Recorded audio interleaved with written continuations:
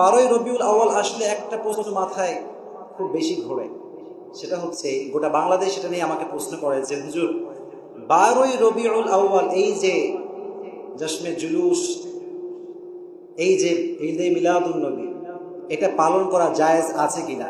প্রশ্ন আছে না নাই? দলিল ভিত্তিক কিছু কথা বলবো উইথ অথেন্টিকেশন। মনোযোগ দিয়ে শোনা যাবে ইনশাআল্লাহ। বিশ্বাস করুন, আপনি যদি মনোযোগ দিয়ে না শোনেন এই 10 মিনিট কিচ্ছু বুঝতে পারবেন না। এজন্য পৃথিবীর সব চিন্তা দূর করে দেন, আলোচনায় মনোযোগ রাখা যাবে ইনশাআল্লাহ। ঈদে মিলাদুন নবী, ঈদ মানে হচ্ছে খুশি। ঈদ মানে কি? জোরে কোন না, ঈদ মানে কি? খুশি। 12ই রবিউল আউয়াল আসলে অনেকেই ঈদে মিলাদুন নবী পালন করে। একটা কথা আগে ক্লিয়ার করে দেই, যারা ঈদে মিলাদুন নবী পালন করেন তাদেরকেও আমরা মন থেকে ভালোবাসি। আমাদের হৃদয়ে কারোর জন্য কোনো হিংসা বিদ্বেষ হৃদয়ে আমাদের নাই, আছে? নাই। এখন অনেকে হয়তো মনে করবেন যে হুজুর আপনি সবার বিরুদ্ধে বলছেন না। আপনার একটা মতামত থাকতে পারে, আমারও একটা মতামত থাকতে পারে, কি পারে না? আপনি আপনারটা বলবেন, আমি আমারটা বলবো। তার মানে এটা নয় যে আপনাকে আমি ভ্রান্ত বললাম, ব্যাপারটা কিন্তু এমন নয়।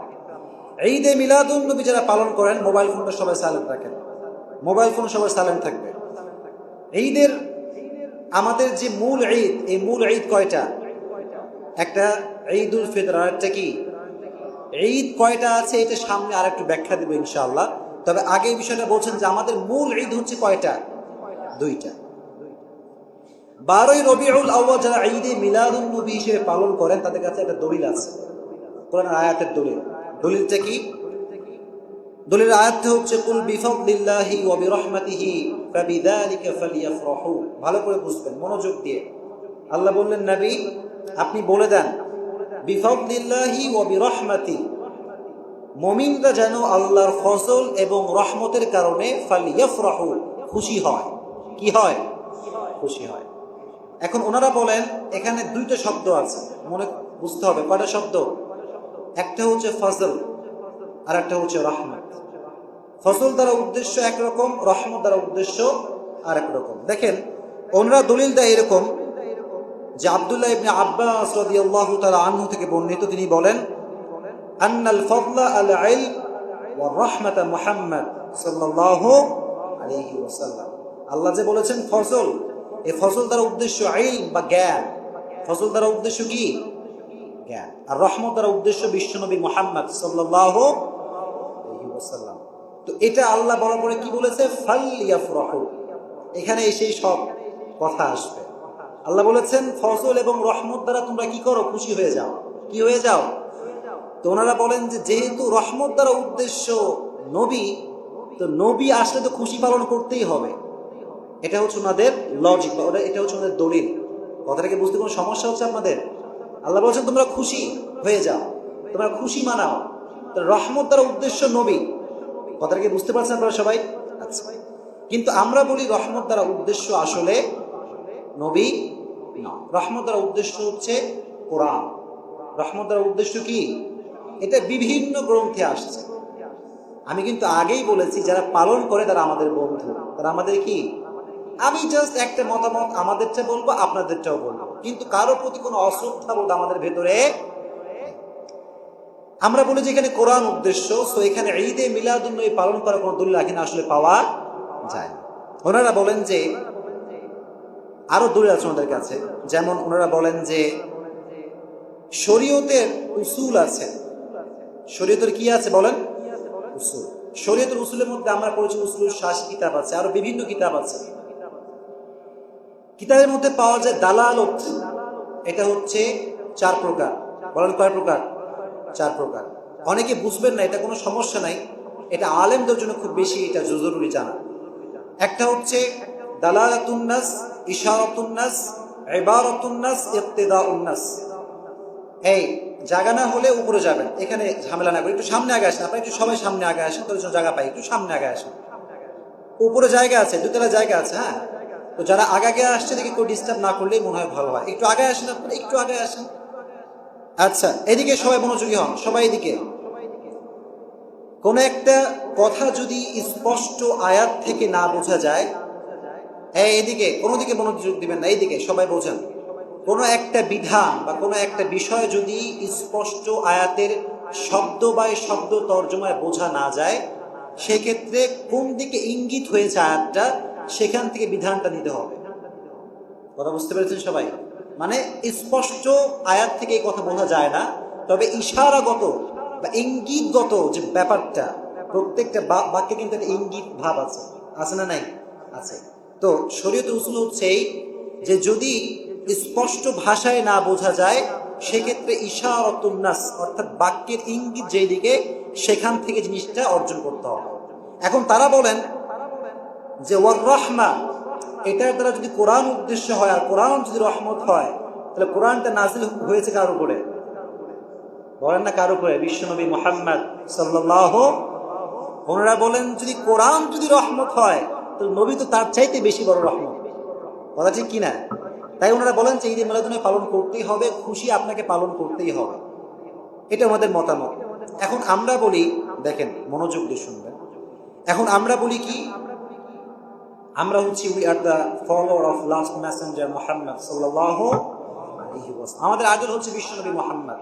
উনি যা করেছেন আমরা তাই করবো, আর উনি যা করেন নাই আমরা তা করব।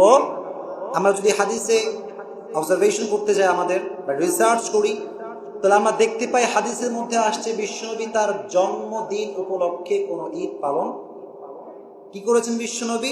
বিশ্বনবী সোমবারের দিন রোজা রেখেছেন। কি রেখেছেন? সাহাবারা বলে, ইয়া রাসূলুল্লাহ, এই দিন রোজা কেন? সোমবারের দিন আপনি রোজাই রেখেছেন প্রত্যেক সোমবারে, ব্যাপার কি? বিশ্বনবী বললেন, আল্লাহ আমাকে এই দিনে পাঠিয়েছেন, তাই আমি আল্লাহর শুকরিয়া হিসেবে প্রত্যেক সোমবারে আল্লাহর খুশির জন্য সিয়াম আদায় করি। বলেন সুবহানাল্লাহ। তাহলে এখন যদি আপনি বলেন যে I am the follower of last messenger Muhammad, so you have to fast. যদি আপনি বলেন যে আমি বিশ্বনবীর আসলেই ফলোয়ার, সেই হিসেবে আদর্শ হিসেবে সোমবারের দিন কোনো ঈদ আসে না, আসে রোজা। আসে কি? রোজা। কথা বুঝতে পেরেছেন সবাই? এখন আরেকটা লজিকে আসে, কাম টু দ্য লজিক। লজিকটা কি বলেন? ঈদ মানে হচ্ছে খুশি। ঈদ মানে কি? খুশির দিন কি মানুষ না খেয়ে বসে থাকে নাকি সেলিব্রেশন করে? সেলিব্রেশন করে। আচ্ছা কোন, এখন একদিকে ঈদ আর একদিকে না খেয়ে থাকা, একটা আর একটা অপোজিট হয় কি হয় না? আপনার সওয়াল পাস হয়েছে পরীক্ষায়, 10 বছরের একটা ছেলে, এখন আপনি ঘোষণা করবেন যে আমার ছেলে পরীক্ষায় ফার্স্ট হয়েছে, আজকে আমার খুশির দিন, তোমরা যারা আত্মীয় স্বজন সবাই আছো, সকালেও খাবো না, দুপুরেও খাবো না, রাতেও খাবো না। এটা কেউ মানবে? সেলিব্রেশন করার জিনিস এইটা। তো সেলিব্রেশন তো বিশ্বনবী না খেয়ে করতে পারে না। না খেয়ে কি সেলিব্রেশন করা যায় নাকি? কথা মনে বোঝেন না আপনারা? সেলিব্রেশন করতে হলে খাইতে হবে, পেট ভরে পোলাও, খুরমা, বিরিয়ানি যা আছে সব খেতে হলে না সেলিব্রেশন হয়। তো একদিকে ঈদ আপনারা বলছেন, আর একদিকে বিশ্বনবী রেখেছেন রোজা। ঈদ আর রোজা অপোজিট। কথা বোঝা যায়? অপোজিট। এই জন্য সেলিব্রেশনের জায়গাতে রোজা রাখলে সেলিব্রেশন করা যায় না। যখন রমজান মাস আসে আমাদের লাইফ কিন্তু রেস্ট্রিক্টেড হয়ে যায়। আগে যেই কাজ করতে পারতাম রমজান মাসে কি সেই কাজ করা যায়? কারণ রোজা রাখতে হলে অনেক রুলস অ্যান্ড রেগুলেশন আছে। তাহলে ঈদ মানে হচ্ছে খুশি। খুশির দিন আপনি সেলিব্রেশন করবেন, তো বিশ্বনবী রোজা রাখলেন কেন? তাহলে বোঝা গেল যে 12ই রবিউল আউয়াল আসলে রমজান মাসের যে রোজা, এই রোজা বিশ্বনবী রাখেন নাই, তবে বিশ্বনবী রেখেছেন যেটা হচ্ছে নফল হিসেবে।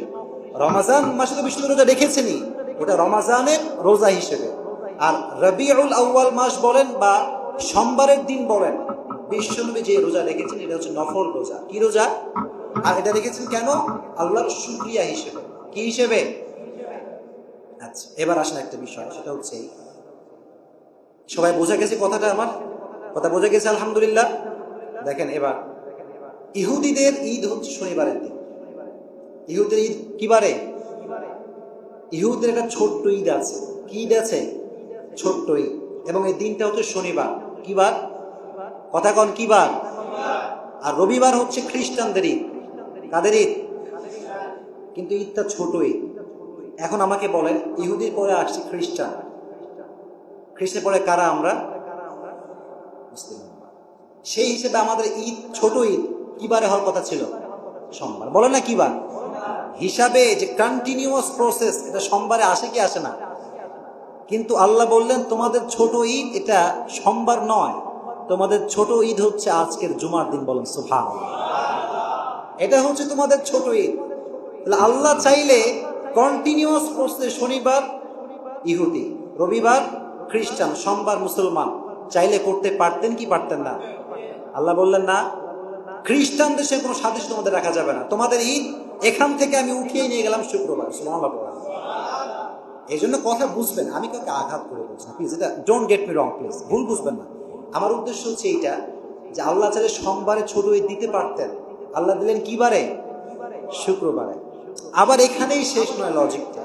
আল্লাহ কি বললেন ভালো করে বুঝবেন, মনোযোগ দিয়ে, listen me with full concentration, পরিপূর্ণ মনোযোগ দিয়ে শুনুন। আল্লাহ বললেন লা তাখতাসু লাইলাতাল জুমআ বিল ইবাদা ওয়া লা তাখতাসু ইয়াউমাল জুমআতি বিস-সাওম। আল্লাহ বললেন জুমার যে দিনটা আছে, এই জুমার দিনের রাত থেকে তোমরা ইবাদতের সঙ্গে খাস করে নিও না। কারণ সেলিব্রেশন যেদিন করবেন আপনি, সারা রাত যদি ইবাদত করেন তাহলে কি সেলিব্রেশন পালন করা যায়? কথা কোন যায়? যায়। আবার যদি আপনি সেলিব্রেশন পালন করতে যান আর শুক্রবারের দিন ফজর থেকে নিয়ে মাগরিব পর্যন্ত রোজা রাখেন, তাহলে সেলিব্রেশন কখনো করা, কথা কোন করা? তাহলে বোঝা গেল ঈদ যেখানে থাকবে সেখানে রোজা থাকার কোনো আশঙ্কা, রোজা যেখানে থাকবে ঈদ সেখানে থাকার কোনো আশঙ্কা। বাকি এর অর্থ এটা নয় যে রোজা মানে খালি দুঃখ আর কষ্ট, তা কিন্তু না। রোজা মানে দুঃখও না, রোজা মানে ঈদও না। রোজার উদ্দেশ্য এই ক্ষুধার্ত থেকে সন্তুষ্ট অর্জন করতে হবে একজনের, তিনি কে? এটাই হচ্ছে না। তাহলে আমাদের কথার দ্বারা আমরা এটা বোঝালাম যে 12ই রবিউল আউয়াল আসলে আপনি যদি বলেন এটাই বিশ্বনবীর ওয়ালাদাত, আর যদি আপনি ঈদ পালন করেন, আমি বলবো ঈদ পালন না করে আপনি রোজা রাখেন। কি রাখবেন? কারণ বিশ্বনবী রাখতেন কি বলেন তো দেখি? এখন একটা প্রশ্নে আসেন, লাস্ট পয়েন্ট, সবাই এদিকে তাকান। অনেকে আমাকে প্রশ্ন করে, ইভেন সবাইকে প্রশ্ন করে, খুব কঠিন একটা প্রশ্ন, লজিক্যালি খুব একটা প্রশ্ন, বড় কঠিন প্রশ্ন। হুজুর আপনারা তো খালি ফতোয়াবাজি করেন, কি করেন? কাজ কাম না, খালি ফতোয়াবাজি আপনারা করেন। কেন ফতোয়াবাজি? আপনারা স্বাধীনতার দিবস পালন করতে আপনাদের কোনো সমস্যা নাই, আর বিশ্বনবীর জন্মের ওয়ালাদাত দিবস পালন করতে আপনাদের সমস্যা। প্রশ্ন আছে না নাই? শুনলে কিন্তু মাথা ঘুরে যাবে, তাই তো স্বাধীনতার দিবস পালন করি আর বিশ্বনবীর জন্ম দিবস পালন করা যাবে না, এটা কেমন করে সম্ভব? প্রশ্ন হতে পারে কি পারে না? দেখেন, বোঝেন, উত্তরটা বোঝেন, আজীবন মনে রাখবেন।